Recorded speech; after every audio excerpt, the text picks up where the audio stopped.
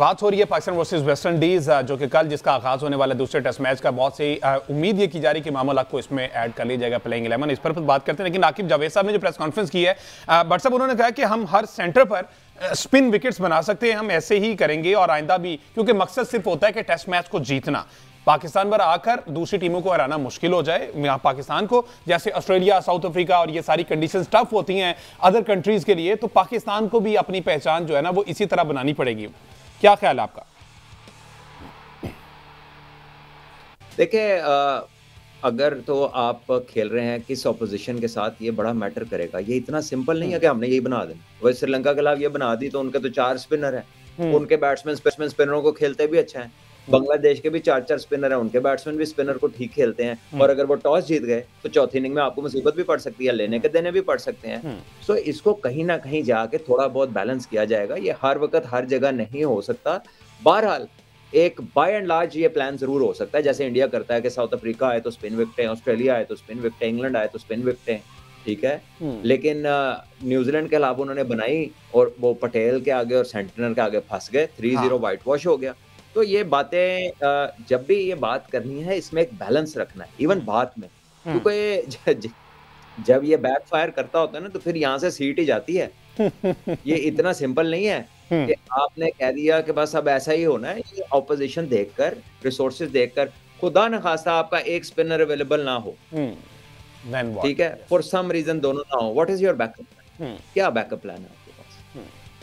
तो ये सारा कुछ देख आपके तो स्केयर भी जो है ना वो दो किस्म के रेडी होने चाहिए। इतना भी सिंपल नहीं है। और ऑस्ट्रेलिया में सिडनी में स्पिन होता है, मेलबर्न थोड़ा बैलेंस्ड है, एडिलेड बड़ा बैलेंस्ड है, और पर्थ और गैबा में बाउंस है। उधर भाई 3 कैरेक्टर्स मिलते हैं एक सीरीज में। बिल्कुल सही है। तो तमाम सेंटर्स भी मिक्स एंड मैच। यहाँ एक सवाल अगर मैं भट्ट साहब से पूछ लूँगी। भट्ट साहब, आपको जो है वो इंडिया में भी क्रिकेट खेलने का मौका मिला है और आपने अभी जैसा कहा कि इंडिया जो है वो आमतौर पर स्पिन विकेटें बनाता है सीना कंट्रीज के लिए, तो आपको जब इंडिया में खेलने का मौका मिला तो पाकिस्तान के लिए किस तरह की पिचेस जो है वो तैयार की जाती थी? क्योंकि पाकिस्तानी बैट्समैन उस जमाने में Inzamamul Haq, Mohammad Yousuf, Younis Khan, they were quite good enough against spin, और फास्ट बॉलिंग डिपार्टमेंट हमारा तगड़ा था। हाँ, तो आप देख लीजिए, आप सारे टेस्ट मैचेस के स्कोर कार्ड निकाल के देख लीजिए। 2 से 3 टेस्ट में ड्रॉ हुए। उन्हें पता था पाकिस्तान की बॉलिंग तगड़ी है, तो ना तो वो ग्रीन पिच बनाते थे और ना ही रैंक टर्नर बनाते थे, ठीक है। तो वो फैसले होते थे बहुत आउटस्टैंडिंग लाइन लेंथ पे, रिवर्स स्विंग पे जाके। स्पिनर्स भी जो बहुत कमाल की बॉलिंग करते थे वही विकेटें लेते थे। यानी वो बैलेंस्ड विकेट्स बनानी पड़ी थी उन्हें। वो पाकिस्तान के अलावा टूटी पिचें नहीं बनाई थी उन्हें भी पता था कि ये भी इधर भी जो है बॉलिंग पूरी की पूरी है। तो ये फर्क था। वैसे क्या स्टैट्स क्या कहते हैं अगर उन कंडीशंस पे, और अगर इंग्लैंड ऑस्ट्रेलिया की बात की, स्पिन वर्सेस फास्ट, अगर स्टैट की बात की जाए? देखें, स्टैट्स की बात करने से पहले जो आकिब जावेद साहब से जो सवाल पूछा गया प्रेस कॉन्फ्रेंस में, जिसका उन्होंने जवाब देते हुए ये बात की, वो भी इसी क्वेश्चन से रिलेट करता था कि ये जो बाबर आजम रन नहीं बना पा रहे और बहुत से जो हमारे बैट्समैन हैं वो स्ट्रगल कर रहे हैं स्पिन के अगेंस्ट, तो आप अगर स्पिन विकेटें बनाई जाएंगे तो यहाँ पर जाहिर है आपके बैट्समैनों को भी जो है मुश्किल होगी रन बनाने में। तो उन्होंने कहा कि हम इसके ऊपर भी काम कर रहे हैं और यकीनन ये बात हमारे बैक ऑफ द माइंड है कहीं पे कि हमें अपने बल्लेबाज भी इस तरह तैयार करने, और हमने अपने बैट्समैनों को ये मैसेज जो है वो डिलीवर कर दिया है कि हम आने वाले टेस्ट मैचेस के अंदर इन टीमों के खिलाफ इस तरह की ही पिचें बनाएंगे। तो आपको अपने आप को इन कंडीशन के लिए तैयार करना है। इसकी वजह यह है कि वर्ल्ड टेस्ट चैंपियनशिप के साइकिल में जिस तरह से आपने बात की साउथ अफ्रीका, मेरा ख्याल है कि अगर आप इस पूरे साइकिल में निकाल कर देखें तो मोस्टली मैचेस जो है वो तीसरे या चौथे दिन खत्म हो गया। जिस तरह हमारा मैच क्योंकि तीसरे दिन खत्म हो गया तो लोग जो है वो कहना शुरू हो गए कि आपने बहुत ज्यादा पिच चेंज कर दी। तो साउथ अफ्रीका में इस पूरे वर्ल्ड टेस्ट चैंपियनशिप के सर्कल में इस टाइम हुआ है। और साउथ अफ्रीका के अगर मैं आपके सामने स्टैट्स रखूं, साउथ अफ्रीका में जो आखिरी 1100 टेस्ट विकेटें गिरी हैं उनमें से 914 विकेटें ऐसी हैं जो फास्ट बॉलर्स ने आउट की हैं। और ऑस्ट्रेलिया की हमने उस दिन भी बात की थी कि ऑस्ट्रेलिया में गिरने वाली आखिरी 1000 विकेटों में से 811 विकेटें फास्ट बॉलर ने आउट की हैं। उसके अगेंस्ट अगर हम इंडिया में देखें, इंडिया में जो स्पिन विकेटें बनती हैं तो इंडिया में जो है वो आखिरी जो 1100-1200 विकेटें गिरी हैं उनमें 718 विकेटें फास्ट बॉलर ने हासिल की हैं और तकरीबन 404 विकेटें जो है वो स्पिनर ने हासिल की हैं। तो यहाँ पर जब अपोजिशन तब्दील होती है न्यूजीलैंड, इंग्लैंड, साउथ अफ्रीका और ऑस्ट्रेलिया के अलावा, तो इंडिया में जैसा से अभी भट्ट साहब ने पहले एक्सप्लेन किया कि हमें पिक्चर में थोड़ा सा बिहेवियर तब्दील भी मिलता है। तो ये देखना पड़ेगा कि आपकी स्ट्रेंथ क्या है और अपोजिशन क्या है। ठीक है, चूंकि अब जी इंडिया की बात हो रही तो वहां पे T20 मैचेस। भट्ट साहब, अच्छा वैसे हमने पीसीबी मैनेजमेंट को बड़ा तनकीद किया और हमने कहा कि जनाब आगे चैंपियन ट्रॉफी है, हम यहाँ पे T20 पहले खेल रहे हैं, हमारा साइकिल ही उल्टा है। लेकिन ये तो 20 दिन कमोबेश रह गए हैं चैंपियन ट्रॉफी में, वो T20 सीरीज के लिए इंग्लैंड और इंडिया जो है वो खेल रहा है। तो ये फिर मेरे ख्याल पूरी दुनिया के बोर्ड्स का यही हाल है। नहीं, ऐसा नहीं है हमजा। हमारा डोमेस्टिक टूर्नामेंट था जिसको हमने अभी ही शेप देनी थी कि कराना या नहीं कराना। उनका तो इंटरनेशनल कैलेंडर है भाई, वो तो 10 साल का तैयार होता है। ओके, ठीक है। इंडिया क्या कर रहा था, जब इंडिया ने ऑस्ट्रेलिया जाना था तो उन्होंने वो जो इंडिया ए इंडिया बी के वो फर्स्ट क्लास के मैच करा रहे थे आपस में डोमेस्टिक में, बॉर्डर गवास्कर ट्रॉफी से पहले। ठीक है, तो डोमेस्टिक इवेंट को आप डिजाइन कर सकते हैं अपनी आउटपुट के हवाले से। इंटरनेशनल इवेंट तो अभी आप देख लें कि ये टेस्ट मैच हो रहे हैं। साउथ अफ्रीका ने ये वेस्ट इंडीज पाकिस्तान का टेस्ट नहीं हो रहा चैंपियन ट्रॉफी से पहले, तो ये तो वर्ल्ड टेस्ट चैंपियनशिप का हिस्सा है। तो जो इंटरनेशनल कैलेंडर है वो तो एज इट इज रहता है। जो आपने रिलेट करनी है चीजें वो जो आपके हाथ में, तो अगर आप अपने हाथ वाली को भी नहीं करेंगे तो फिर आप किससे गिला करें।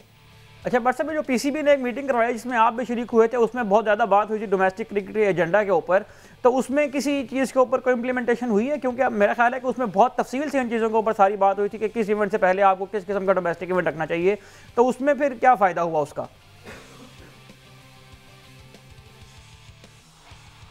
देखिए, मीटिंग तो बड़ी कॉम्प्रिहेंसिव थी और काफ़ी कुछ उसमें डिटेल में कवर हुआ था। शायद वो अगले सीज़न में आपको चीज़ें नज़र आ जाएँ, क्योंकि उस वक़्त तो वो डिज़ाइन करके ऐलान कर रहे थे, जिस पे ज़ाहिर है बहुत सारे लोगों ने बहुत सारी सजेशंस दी थी, जो कि बड़ी अच्छी सजेशंस थी और उन्होंने एक्नॉलेज भी किया था उन सजेशंस को।